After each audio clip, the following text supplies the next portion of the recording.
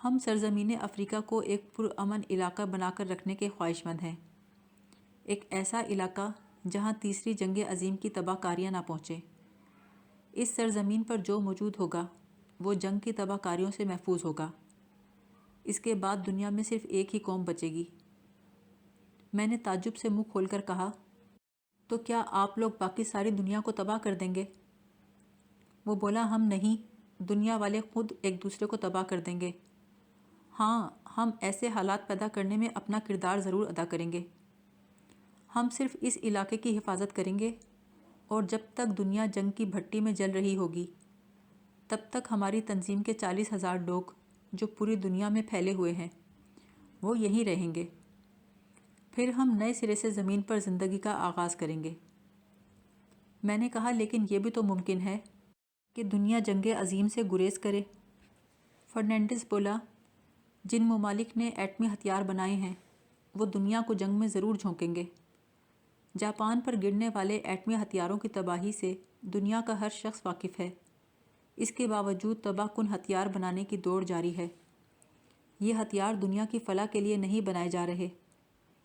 ہم چاہتے ہیں اگلی جنگ عظیم کے بعد صرف وہ نسل ابھرے جو ہماری تنظیم کے زیر تربیت پلی بڑھی ہو۔ وہ ہتھیاروں سے ناواقف ہوگی، اور ہم اس نسل کو ہتھیار بنانے نہیں دیں گے۔ لیکن اس سے پہلے یہ ضروری ہے کہ دنیا میں موجود ایٹمی ہتھیاروں سے دنیا کو پاک کیا جائے، اور وہ صرف اس صورت میں ممکن ہے جب یہ تمام ہتھیار خرچ کر دیے جائیں۔ لہٰذا دنیا کو تیسری جنگ عظیم کی طرف ہم خود لے کر جائیں گے۔ میں نے اپنے دل کی دھڑکن تیز ہوتی ہوئی محسوس کی۔ بڑی مشکل سے خود کو نارمل ظاہر کر کے پوچھا، لیکن آپ یہ سب کیسے کر سکیں گے؟ بولا، بہت آسانی سے۔ فرض کرو کسی ایٹمی تجربے کے بعد پتہ چلے کہ یہ روس کی طرف سے ہوا ہے، تو احتجاج کے طور پر روس کا کوئی علاقہ تباہ کر دیا جائے گا۔ اب روس، جو اس معاملے میں بے قصور ہوگا، چراغ پا ہو کر کہیں اور حملہ کر دے گا۔ نتیجہ کیا ہوگا؟ سب ایک دوسرے سے الجھ کر رہ جائیں گے۔ یہ سن کر میرا اوپر کا سانس اوپر اور نیچے کا سانس نیچے رہ گیا۔ اب مجھے کیا کرنا چاہیے؟ بڑی پریشان کن صورتحال تھی۔ اگر میں ان کے ساتھ مل جاتا تو اس کا مطلب یہ کہ انسانیت کی تباہی میں بھی حصے دار بن جاتا۔ لیکن میری حیثیت ہی کیا تھی؟ اگر میں ان کے لیے کام نہ کرتا تو یہ لوگ میرا برین واش کر کے مجھے چھوڑ دیتے، اور یہ بھی معلوم نہیں دنیا کے کسی دور افتادہ گوشے میں بھیج دیتے۔ بہتر یہی ہے کہ ان لوگوں سے اختلاف نہ کروں۔ دنیا اپنے دفاع کے لیے خود ہی کچھ نہ کچھ کر لے گی۔ اگر میں تنہا ان لوگوں کے خلاف اٹھ بھی کھڑا ہوا تو بھلا میری آواز کہاں تک پہنچ سکتی ہے؟ تو میں اپنی جان کیوں گنواؤں؟ یہ لوگ بے پناہ وسائل کے مالک تھے، لہٰذا ان کے خلاف کام کرنے کا میں نے سوچنا چھوڑ دیا۔ چاہے میرے دل میں کھوٹ سہی، لیکن فی الحال میرے لیے ان کی تنظیم کے اغراض و مقاصد سے متفق رہنا ضروری تھا۔ لیکن کم وقت اس تنظیم کا نام بھی سیاہ نیولا تھا، گویا اس سے جان بچنا مشکل تھی۔ فرنینڈس غور سے میری شکل دیکھ رہا تھا۔ ہمارے سامنے رکھی ہوئی کافی ختم ہو چکی تھی۔ اس نے کہا، تمہیں سوچنے کی پوری آزادی ہے قاسم۔ میں نے کہا، میں کچھ بھی نہیں سوچ رہا۔ آپ چاہیں تو میرے حالات زندگی کے بارے میں معلومات کروا لیں۔ میں ایک عام سا انسان ہوں، بس دولت کے حصول کے لیے کچھ ایسے راستے اختیار کیے جو زیادہ پسندیدہ نہیں، لیکن تقدیر نے مجھے اس صحرائے اعظم میں لا پھینکا۔ میں بہت عرصے سے لوگوں کے ہاتھوں میں کھلونا بنا ہوا ہوں، لیکن آخر کب تک؟ میں بھی ایک اچھی زندگی گزارنا چاہتا ہوں، چنانچہ میں پورے خلوص سے آپ کے ساتھ کام کرنے پر رضامند ہوں۔ اس کے ہونٹوں پر مسکراہٹ پھیل گئی۔ بولا، ہم میں شامل ہونے کے بعد تم خود کو کھلونا نہیں بلکہ دنیا کا طاقتور ترین انسان محسوس کرو گے۔ دیکھو، جو لوگ صرف اپنی دولت کے سہارے سے خود کو برتر اور اعلیٰ ظاہر کرتے ہیں، ذرا سوچو انہوں نے یہ دولت کہاں سے حاصل کی؟ کیا انہوں نے دولت کے حصول کے لیے پستی کی انتہا کو نہیں چھوا؟ مسٹر فرنینڈس، میں اس سے اتفاق کرتا ہوں۔ تو ٹھیک ہے، اب ہماری تنظیم تمہیں مہذب دنیا میں بھیجے گی۔ تم اعلیٰ مقام کے ساتھ رہو گے، بس تمہیں ہم سے وفادار رہنا ہوگا۔ مجھے منظور ہے۔ قاسم، ابھی سوچ لو، اگر اس کے بعد تم نے ہم سے انحراف کیا تو تمہیں سزا ملے گی، لہٰذا ابھی بھی اگر تم ہم میں شامل ہونا نہ چاہو تو تم آزاد ہو۔ مسٹر فرنینڈس، میں آپ کے ساتھ کام کرنے کا فیصلہ کر چکا ہوں۔ تو میں تمہارا فارم بھر دوں؟ بہت شوق سے۔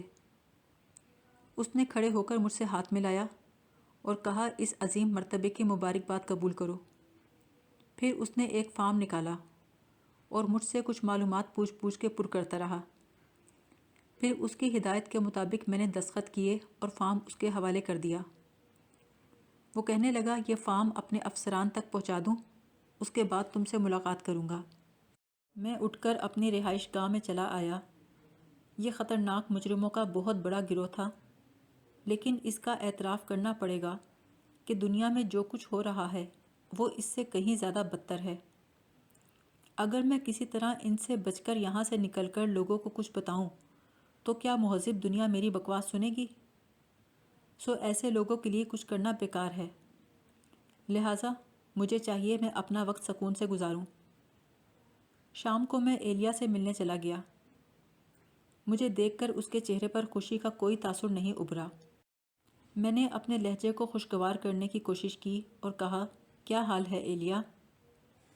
اس نے مردہ سی آواز میں کہا، ٹھیک ہوں۔ کیا بات ہے؟ بہت اداس ہو؟ قاسم، میری خواہش ہے تم مجھ سے مت ملو۔ اگر تم مجھ سے ملتے رہے تو وہ بدروح مجھے نقصان پہنچائے گی۔ کیا کوئی آیا تھا؟ ہاں، سیاہ نیولا۔ پہلے وہ چھوٹا سا نیولا تھا، اس کے بعد اس کا جسم اتنا بڑھ گیا کہ وہ کسی بڑی نسل کا مگرمچھ معلوم ہونے لگا۔ اس کے بعد مجھے ایک انسانی آواز سنائی دی۔ اس نے مجھے وارننگ دی کہ قاسم کا خیال چھوڑ دوں، کیونکہ قاسم وجدان اس کا محبوب ہے، اور اگر میں قاسم سے دور نہ ہوئی تو وہ میری جان لے لے گی۔ میں ہونٹ بھینچ کر بولا، تو تم اس سے خوفزدہ ہو گئی ہو؟ قاسم، میں تمہیں محبت تو کرتی ہوں، لیکن اپنی زندگی بھی مجھے عزیز ہے۔ تم آئندہ مجھ سے مت ملنا اور میری بات کو محسوس نہ کرنا، میں مجبور ہوں۔ میں تیزی سے پلٹ پڑا۔ مجھے غصہ ایلیا پر نہیں تھا، یہ تو سیاہ نیولا تھا جس نے مجھ پر زندگی کی خوشیاں حرام کر دی تھیں۔ آئندہ اس سے کھل کر مقابلہ کروں گا۔ سورج ڈھل چکا تھا۔ دفتن مجھے فرنینڈس کی جیپ نظر آئی۔ مجھے دیکھ کر اس نے گاڑی روک لی۔ میں بیٹھا تو بولا، سیر کی جا رہی ہے؟ میں نے کہا، سیر کیا کرنی، میں تو سخت بیزار ہوں۔ کہنے لگا، ابھی تمہارا موڈ ٹھیک کر دیتے ہیں۔ وہ جیپ چلاتا ہوا اس پہاڑی دنیا کے بالکل آخری سرے تک لے آیا، پھر ایک بہت بڑے مکان کے آگے جا کے گاڑی روکی۔ وہاں اور بھی کئی گاڑیاں کھڑی تھیں۔ فرنینڈس نے بھی ان کے قریب ہی اپنی جیپ پارک کر دی۔ میں نے پوچھا، یہ کیا ہے، کوئی ہوٹل؟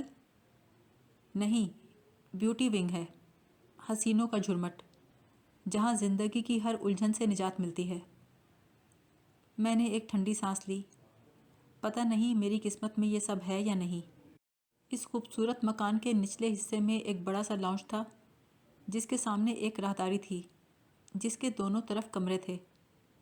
لاؤنج میں لکڑی کے دو چوڑے چوڑے چکردار زینے اوپر جا رہے تھے۔ سیڑھیاں چڑھ کر ہم ایک بڑے سے ہال میں داخل ہوئے۔ موسیقی کی آواز کانوں کو بہت بھلی لگی۔ یہاں ڈم روشنی تھی اور سامنے اسٹیج پر ایک لڑکی رقص کر رہی تھی۔ وہ کوئی سیاہ فام لڑکی تھی، لیکن انتہائی پرکشش خد و خال کی مالک تھی۔ اس کا رقص دیکھنے کے قابل تھا۔ فرنینڈس مجھے لے کر ایک میز پر بیٹھ گیا۔ کیا پسند کرو گے؟ میں نے کہا، کچھ بھی نہیں۔ شراب بھی نہیں؟ میں نے کبھی نہیں پی۔ اچھا، اس رقاصہ کو دیکھو، کیسی لگ رہی ہے؟ لاجواب۔ وہ واقعی اتنی پرکشش تھی کہ نگاہ نہیں ٹھہرتی تھی۔ فرنینڈس کہنے لگا، یہ تمہاری ہوئی۔ پھر اس نے ایک شخص کو اشارے سے بلا کر کہا، اس رقاصہ کو بھیج دینا۔ یہاں بہت آزاد اور بے باک ماحول تھا۔